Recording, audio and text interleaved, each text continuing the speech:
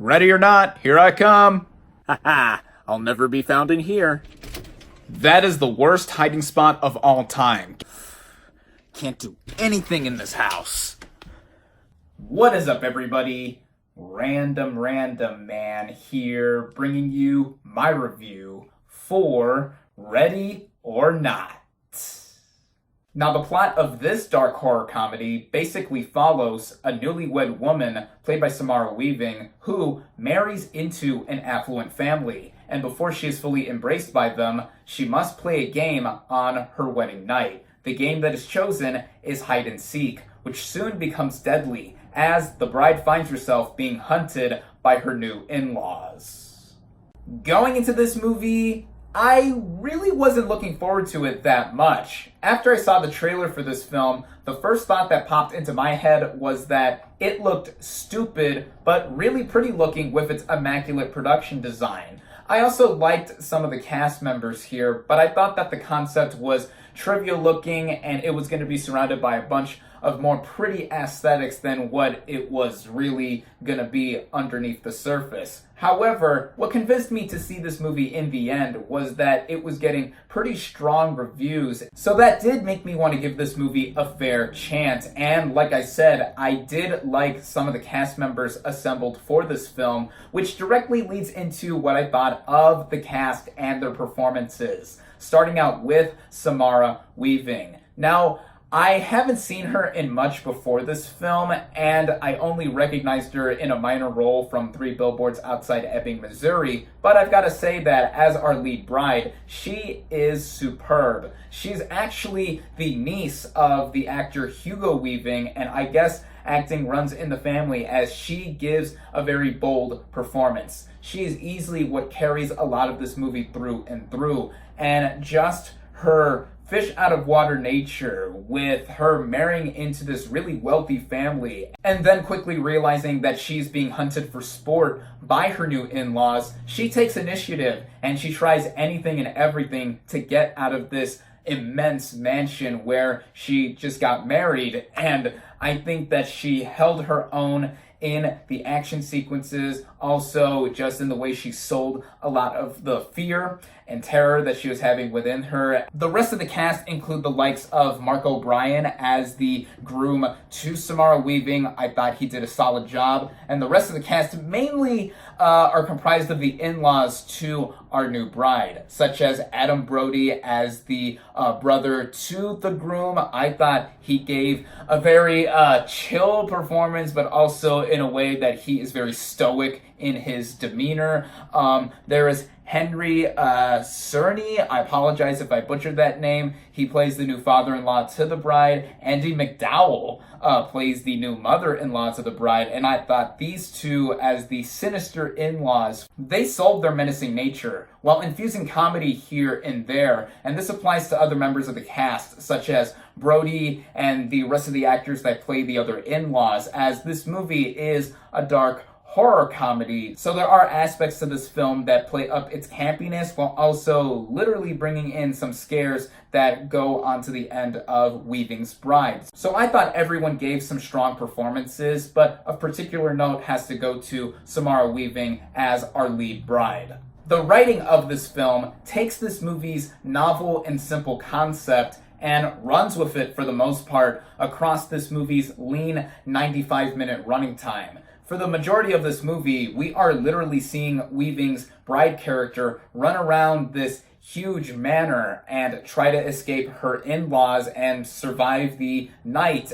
There isn't that much in the way of backstory in terms of why this family practices this tradition of playing a game on one of their family members' wedding nights, but in of particular note, they mention at one point that if they don't catch and kill the bride by dawn, something would happen and the family would be cursed or something or other. There isn't that much detail divulged into in terms of how the family's rules work, and specifically with the game of hide and seek that is chosen, that's the only deadly game of the bunch that is chosen, and Weaving's bride character obviously chose wrong and now she has to fight for her life.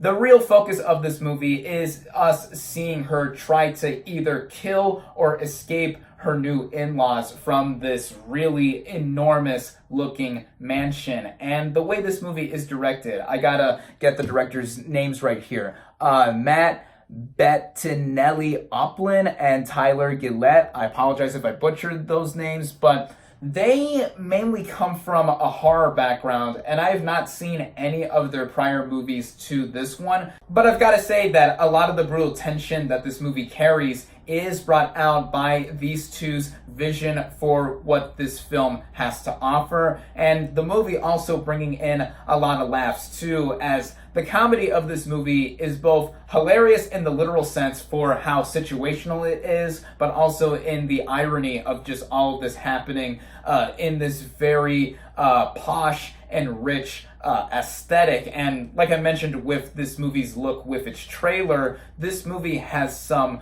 really excellent production design. The way this house looks, it feels so dense while we see Weaving's bride character run around it. Most of the movie does take place at night, so that does raise the tension more to see Weaving creep around every corner and trying not to get caught by her in-laws. And this is also added on by the camera work, as a lot of this movie is shot using handheld cinematography, and what that does denote in certain movies is racking up the intensity, as I mentioned before, with this movie's concept. And for me, it was odd at first to see a movie like this shot this way, because in the way this movie looks, with it taking place in this really gigantic manner, I would have expected this movie to be more locked down with a tripod and shooting all over the place, and I'm probably just mainly used to that given how it feels like a period piece movie, though it takes place in modern day, except for the opening scene of this film, which takes place 30 years prior to this movie's current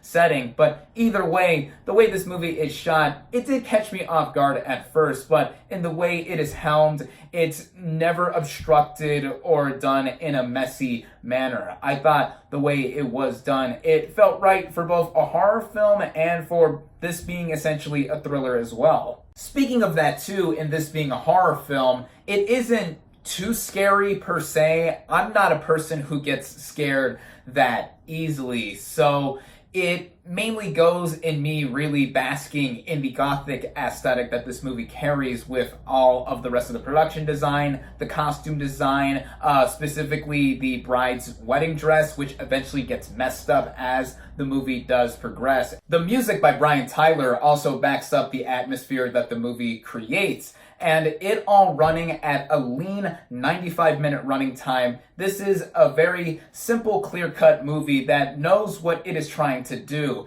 And part of it does go into the meta aspect as well, as I've mentioned earlier that this movie is ironically and situationally funny at times, but it also goes into how not fully in depth this movie is with its own self. And in the way of issues I have with this movie, that is probably the biggest aspect I would point out with this film, and not going much more into detail than it already does. It's one of those situations where if you're in with the movie from the beginning and all the way through its running time, this is something that I think you'll get quite a bit of enjoyment out of. But if you're not, especially in the way this movie does end, I was personally into it, but I can see quite a few people also not buying what this movie does at its conclusion. But when it is all said and done, in my opinion, I ended up really enjoying Ready or Not. For a movie that I didn't expect to have much investment in with the concept that it does have,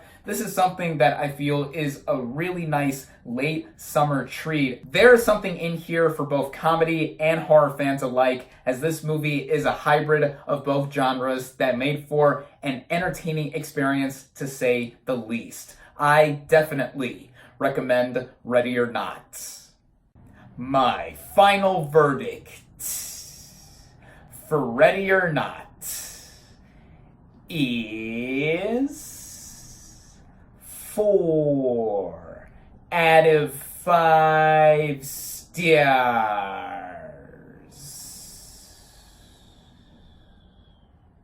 Thank you all, as always, for watching. Be sure to like this video, comment on what you thought of Ready or Not. Social media links in the description. Subscribe to my channel for more, and I'll catch you on the next movie review.